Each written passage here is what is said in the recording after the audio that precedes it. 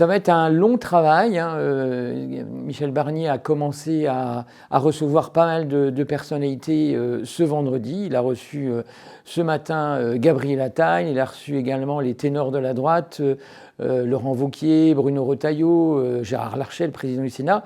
Il va continuer encore samedi, puisqu'il a prévu de recevoir Elisabeth Borne et Édouard Philippe, puis il rencontrera Yael Braun-Pivet.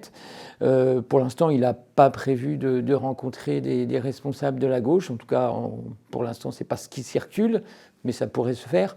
Donc ça veut dire que le gouvernement, il va prendre son temps, forcément en lien direct avec Emmanuel Macron, même s'il compte prendre un peu de liberté vis-à-vis du château de l'Élysée.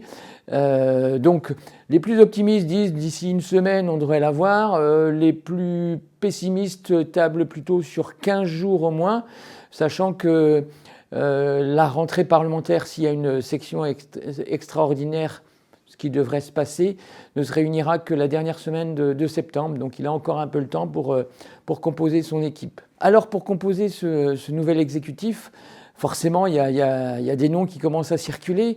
On voit bien un Xavier Bertrand à la tête d'un grand ministère. C'est peut-être ça qu'Emmanuel Macron lui a promis quand il l'a reçu à l'Élysée en début de semaine.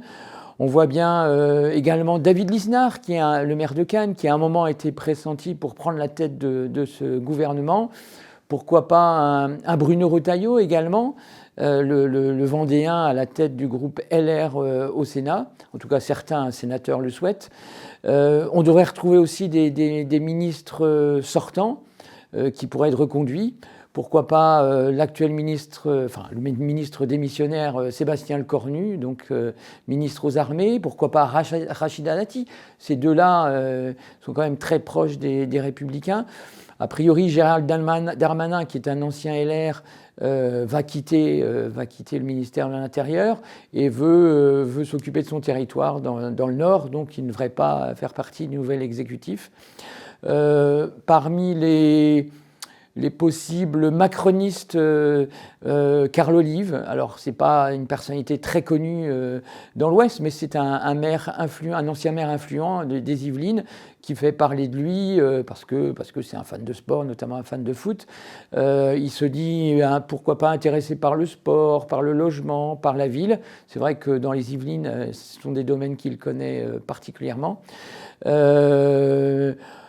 D'autres ministres sortants ont dit qu'ils étaient prêts à prolonger leur bail, notamment Nicole Belloubet, la ministre de l'Éducation. Et puis là, récemment, sur les réseaux sociaux, il y a Amélie Oudéa-Castéra, la ministre des Sports et des Jeux olympiques et paralympiques, a tressé des louanges à Michel Barnier. Donc ça ressemble fort à un appel du pied.